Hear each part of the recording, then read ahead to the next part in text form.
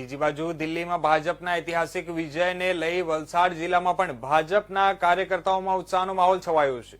દિલ્હીના પરિણામોને વધાવવા માટે વલસાડ જિલ્લા ભાજપ કાર્યાલય પર જિલ્લાના અગ્રણીઓ અને કાર્યકર્તાઓ મોટી સંખ્યામાં એકઠા થઈ ગયા હતા, જ્યાં ફટાકડા ફોડી અને દિલ્હીના વિજયને વધાવ્યો હતો।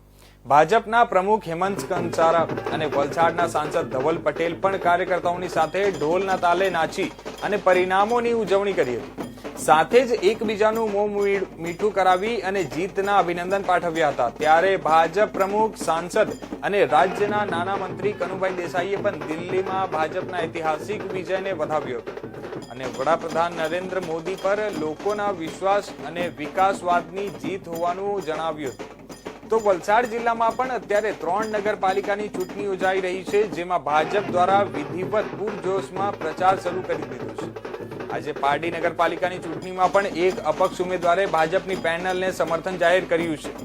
આમ જિલ્લામાં પણ સ્થાનિક સ્વરાજ્યની ચૂંટણીઓમાં ભાજપનો જ્વલનશીલ વિજય થશે તેવું ભાજપના અગ્રણીઓ આત્મવિશ્વાસ વ્યક્ત કરી રહ્યા છે।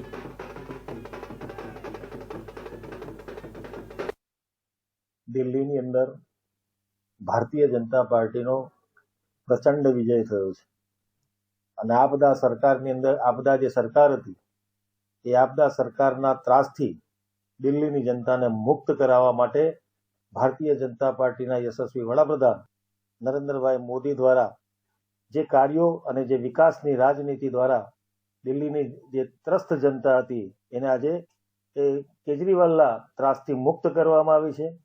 સાથે સાથે જે શીશ મહેલની રાજનીતિ દ્વારા અને સાથે સાથે ભ્રષ્ટાચાર અને ગોબાચારી એ નથી દિલ્હીની જનતાને મુક્ત કરાવવામાં આવી છે અને એ ભવ્ય વિજયને ભારતીય જનતા પાર્ટીએ સમગ્ર ગુજરાતની અંદર પણ મનાવવાનું આહવાન કર્યું છે અને જેના ભાગરૂપે વલસાડ જિલ્લાની અંદર 3 નગરપાલિકાઓ અને 12 મંડળોની અંદર જ્યાં ચૂંટણી છે ત્યાં દરેક વોર્ડમાં અને જ્યાં ચૂંટણી નથી ત્યાં દરેક મંડળ લેવલે ભવ્ય આવા આતશબાજીઓના કાર્યક્રમો થાય, મીઠાઈઓ વેચાય, ઢોલ નગારા સાથે આ કાર્યક્રમો થાય, જેના ભાગરૂપે અત્યારે વલસાડ જિલ્લા ભારતીય જનતા પાર્ટી કાર્યાલય ઉપર પણ ઢોલ નગારા, ફટાકડા અને મીઠાઈ વેચીને આ વિજયોત્સવ મનાવી રહ્યા છે।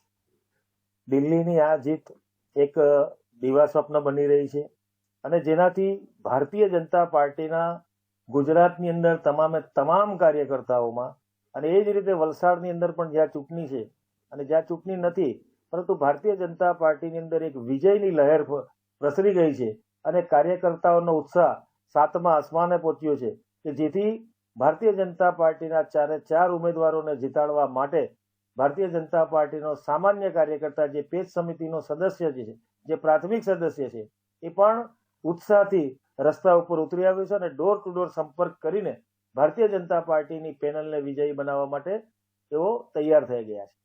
જી, જે દિલ્હીમાં 11 વર્ષનું જે આપનું કુશાસન હતો એનો આજે અંત આવ્યો છે।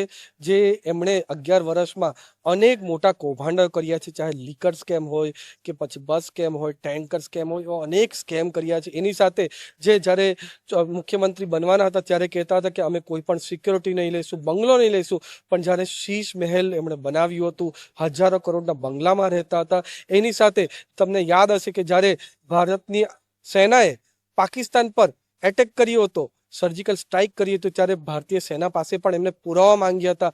આ બધી એમની નીતિ જોઈને દિલ્હીના લોકો અને ભારતીય જનતા પાર્ટીનું જે સરસ શાસન કેન્દ્રમાં પણ છે અને બીજા અનેક રાજ્યોમાં પણ છે એ જોઈને ભારતીય જનતા પાર્ટી પર વિશ્વાસ મૂક્યો છે। પૂરા દેશભરના ભારતીય જનતા પાર્ટીના કાર્યકર્તાઓએ ત્યાં મહિનાઓ સુધી મહેનત કરી છે। મને પણ ચૂંટણીના છેલ્લા દિવસોમાં ત્યાં કામ કરવાની મને તક મળી, ત્યાં પણ મેં લોકોનો જે ગુસ્સો આમ આદમી પાર્ટીના અગેન્સ્ટમાં તો હું ભાપી ગયો હતો અને સૌથી મોટી વાત છે કે ભારતીય જનતા પાર્ટી તો ઐતિહાસિક જીત મેળવે છે। આમ આદમી પાર્ટી હારે છે પણ પોતે અરવિંદ કેજરીવાલ પણ હારે છે, આતિશી માર્લેના જે હમણાં મુખ્યમંત્રી છે એ પણ હારે છે અને મનીષ સિસોદિયા પણ હારે છે। તો પૂરેપૂરી આમ આદમી પાર્ટીની જે લીડરશિપ છે એ હારી ગઈ છે અને આજે ભારતીય રાજનીતિ માટે એક મોટો અને ઐતિહાસિક દિવસ છે। દિલ્હીનું ઇલેક્શને બતાવી દીધું છે કે મોદી સાહેબમાં લોકોને કેટલો વિશ્વાસ છે, મોદી સાહેબની ગેરંટીમાં કેટલો વિશ્વાસ છે અને મને ચોક્કસ ખાતરી છે કે 25 વર્ષ પછી દિલ્હીનો અભૂતપૂર્વ વિકાસ થશે।